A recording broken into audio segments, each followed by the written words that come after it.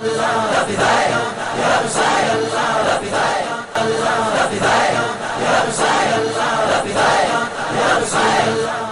مرتبہ درود پاک پڑھو صلی اللہ علی نبی جنوبی و آلہ صلی اللہ علیہ وسلم صلاۃ و سلام علیک یا رسول اللہ وعلی آلک و اصحابک یا شفیعنا یوم الجزاء۔ اب آئیے، اب اس دن کو عید کیوں کہا جاتا ہے؟ اس پر بھی بہت لوگوں کو بخار آتا ہے۔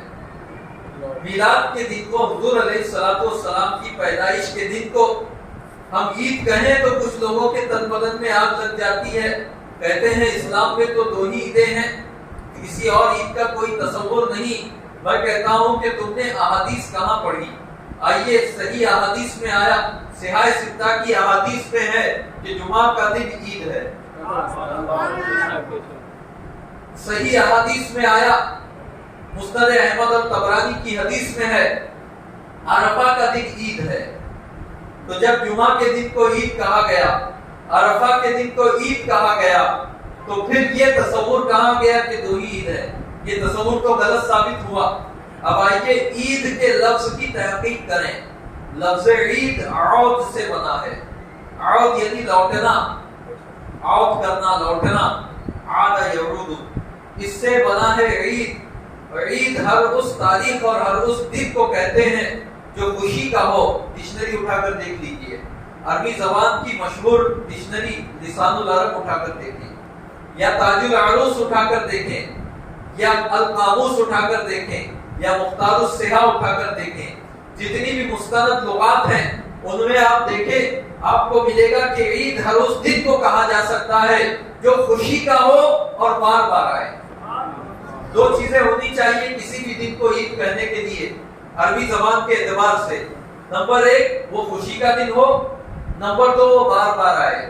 یہ دونوں شرطیں میلاد کے دن میں پوری ہوتی ہے کہ خوشی کا دن ہے اور ہر سال آتا ہے، بار بار لوٹ کر آتا ہے، عود کر آتا ہے بار بار، اسی لیے اسے عید کہتے ہیں۔ تو عربی زبان سے، عربی گرامر سے بھی یہ ثابت ہوتا ہے کہ میلاد شریف کے دن کو عید کہا جائے، اور عربی زبان کے اعتبار سے کوئی غلط نہیں۔ یہی وجہ ہے کہ عرب میں آج بھی جو ان کا سوتنتر دیوس جس کو ہم بولتے ہیں، جو ان کا قومی دن ہوتا ہے، اسے جی کیا کہا؟ نیشنل ڈے، انگلش میں نیشنل ڈے کہتے ہیں، اسے وہ لوگ العید الوطنی کہتے ہیں۔ چاہے وہ آل سعود ہوں، چاہے وہ سیریا والے ہوں، چاہے وہ مصر والے ہوں، آل سعود بھی وہ العید الوطنی کہتے ہیں اپنے سالانہ دن کو، یعنی وطن کی عید۔ اور اس دن وہ لوگ جمع ہو کے خوشی مناتے ہیں۔ اس وقت کسی بھی ملا کو مجال نہیں ہوتی کہ وہ کہے کہ ارے تم تو بدعت کر رہے ہو، یہ نئی عید کہاں سے تم نے ایجاد کر لی کہ تمہارے حکومت قائم ہونے کے دن کو تم عید کہہ رہے ہو اور ہر سال خوشی منا رہے ہو، یہ تو بدعت ہو گئی، شرک ہو گیا۔ نہیں، عید کی مجال نہیں ہے۔ ان لوگوں کے ٹکڑوں پر پل رہے ہیں، کہاں سے ان کے خلاف بات کر سکتے ہیں؟ وہاں سے موٹی موٹی رقمیں آتی ہیں، ان کے خلاف نہیں بول سکتے۔ سارا عرب، ہر ملک اپنے سالانہ دن کو، اپنے یوم جمہوریہ جو بھی ہوتا ہے ان کا، اس کو العید الوطنی کہتے ہیں۔ کیوں کہتے ہیں؟ کیونکہ وہ اہل عرب ہیں، وہ جانتے ہیں کہ عربی زبان کے اعتبار سے اسے عید کہنا صحیح ہے، اس لیے کہ ایک تو یہ خوشی کا دن ہے، دوسرا بار بار لوٹ کر آتا ہے، ہر سال آتا ہے۔ اب آئیے قرآن کی ایک آیت سے بھی اس کا ثبوت لے لیجئے۔ قرآن مجید میں واقعہ موجود ہے، سورہ مائدہ میں حضرت عیسیٰ علیہ نبینا وعلیہ الصلوۃ والسلام کی امت کے لوگوں نے ان سے عرض کیا کہ آپ اللہ سے دعا کریں کہ وہ ہم پر جو ہے کوئی بڑی نعمت اتارے، تاکہ نعمت کے اترنے کا دن ہمارے لیے یادگار ہو، ہمارے لیے خوشی کا دن ہو، اور وہ ہمارے لیے عید ہو، اور اس دن ہم خوشی منائیں، اللہ کا شکر ادا کریں، اس دن جمع ہو کے مختلف عبادات کریں، خوشی منائیں۔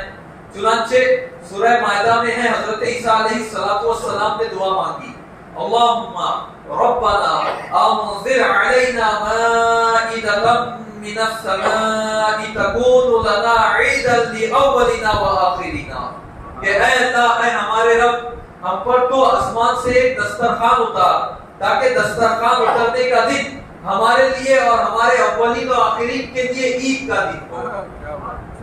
تو حضرت عیسیٰ علیہ السلام نے خود دسترخوان کے اترنے کے دن کو عید کہا، حالانکہ دسترخوان جو اترا وہ اللہ کی بڑی بڑی نعمتوں میں سے ایک نعمت ہے، اور یہ ساری نعمتیں حضرت عیسیٰ علیہ السلام کے صدقے میں ان کی امت کو ملی، اور حضرت عیسیٰ علیہ السلام کا خود وجود مصطفیٰ جان رحمت صلی اللہ علیہ وسلم کے صدقے میں ہوا، یعنی دسترخوان کی نعمت کا حضور علیہ السلام کی ذات اور وجود کے سامنے کوئی مقابلہ نہیں ہے۔ تو جب دسترخوان کے اترنے کے دن کو اللہ کے نبی حضرت عیسیٰ علیہ السلام عید کہہ رہے ہیں، تو جس ذات کریم کے صدقے میں ساری نعمتیں ملی، ان کے تشریف آوری کے دن کو عید کہنا ضرور جائز اور مستحسن ہے، اور قرآن و حدیث میں اسے کہیں منع بھی نہیں کیا گیا۔ لہذا جو منع کر رہے ہیں وہ قرآن و حدیث پر زیادتی کر رہے ہیں، کہ جب خدا اور رسول نے اسے منع نہیں کیا تو تم کون ہوتے ہو نیا دین گڑھنے والے، اور اپنی طرف سے اس کام سے منع کر رہے ہو جس کام کو قرآن و حدیث میں منع نہیں کیا گیا۔ دراصل یہ بدعت ہے، میلاد سے روکنا، اسے عید کہنے سے منع کرنا، یہ بدعت ہے، اور ہم تو وہی کر رہے ہیں جو کتاب و سنت کے موافق ہے، جو انبیاء کرام کے طریقے کے مطابق ہے۔ درود پاک پڑھیں، اللہم صلی علی سیدنا و مولانا محمد معدن الجود والکرم وآلہ وبارک وسلم صلاۃ و سلاما علیک یا سیدی یا حبیبی یا رسول اللہ وعلی آلک و صحبک یا شفیعنا یوم الجزاء۔ ایک اور مضحکہ خیز بات، کہتے ہیں کہ میلاد منانا اس لیے حرام ہے کیونکہ یہ بدعت ہے۔ ہم نے کہا کہ میلاد کی تعریف تو کرو، تو میلاد سے کیا مراد دیتے ہو؟ ڈیفینیشن کیا ہے؟ What is the definition of میلاد؟ تعریف تو کرو میلاد کسے کہتے ہیں، اور ہم میلاد سے کیا مراد دیتے ہیں؟ تم پتہ نہیں کیا سمجھتے ہو، ہم ہماری مراد ظاہر کرتے ہیں، حضور علیہ السلام کی تشریف آوری کا ذکر کرنا، اور اسے رب کا احسان عظیم قرار دینا، اور اس پر رب کا شکر ادا کرنا، ہمارے نزدیک یہی میلاد ہے۔ اب چاہے اسے میلاد کا نام دو، یا مولود کہو، یا نوری محفل کہو، اس کا نام چاہے آپ کچھ بھی دے دو، حقیقت یہی ہے کہ حضور علیہ السلام کی تشریف آوری کا ذکر کرنا، آپ کی شان بیان کرنا، فضائل بیان کرنا، اور اس پر اللہ کا شکر ادا کرنا، یہ ہے میلاد۔ ہم نے جو میلاد کی تعریف کی، اس کے مطابق میلاد قرآن مجید میں بھی آپ کو جگہ جگہ ملے گا۔ چنانچہ پروردگار عالم ارشاد فرماتا ہے، قد جاءکم من اللہ نور وکتاب مبین، تحقیق کہ بے شک تمہاری طرف اللہ کی طرف سے نور کامل آیا، ایک عظیم نور آیا اور روشن کتاب آئی۔ اکثر تفسیر کی کتابوں میں یہاں نور سے مراد ہے حضور علیہ السلام کی ذات، چاہے وہ تفسیر ابن جریر طبری ہو، چاہے تفسیر بغوی ہو، چاہے تفسیر خازن ہو، چاہے تفسیر معالم التنزیل ہو، چاہے تفسیر روح المعانی ہو، چاہے تفسیر مظہری ہو، ساری تفاسیر میں، اکثر تفاسیر میں، جمہور اور اکثر مفسرین کے نزدیک یہاں نور سے مراد ذات مصطفیٰ صلی اللہ علیہ وسلم ہے۔ سرکار مخدوم معایمی کی تفسیر میں بھی یہی ہے۔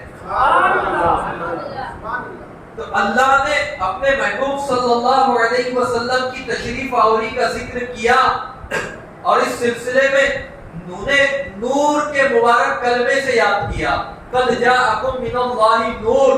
تو سنت الہی ہے حضور علیہ السلام کی تشریف آوری کا ذکر کرنا، اور اس سلسلے میں حضور علیہ السلام کو نور کہنا۔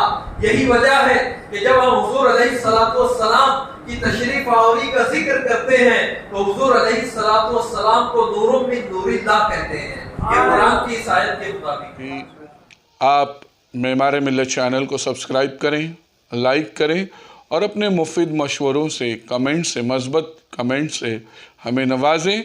آپ سے گزارش ہے کہ اس چینل کو زیادہ سے زیادہ سبسکرائب کریں تاکہ ہم ہمارے پیغام کو دنیا کے کونے کونے تک پہنچا سکیں۔